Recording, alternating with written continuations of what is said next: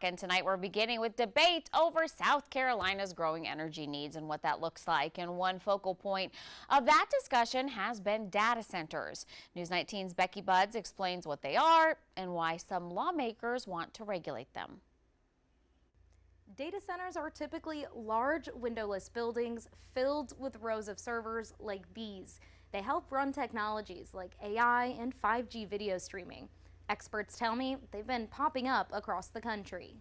And everything that's in the clouds has to be stored somewhere. Ford Graham is a consultant with McGuire Woods and has helped site several data centers in South Carolina. Again, data centers at the moment are looking across the country at opportunities to build new facilities. So South Carolina is obviously part of that and is seeing a lot of interest. And South Carolina is typically a great place to do business in general. South Carolina has at least 9 data centers already, with 4 more on the way.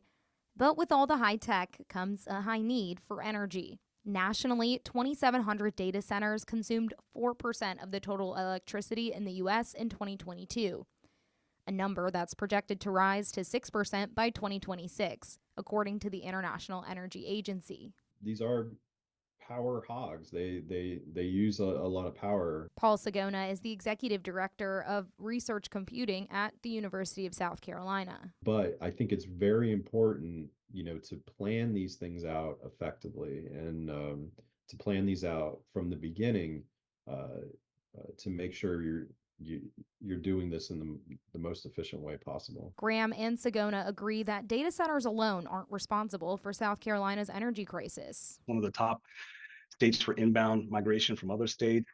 Obviously, they've been very successful in terms of in recruiting industrial companies.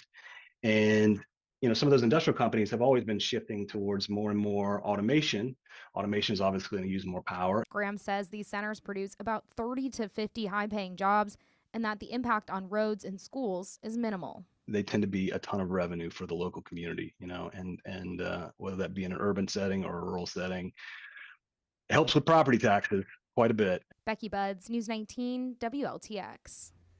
And the South Carolina House attempted to block reduced electric rate deals for these centers, but it actually never made it through the Senate.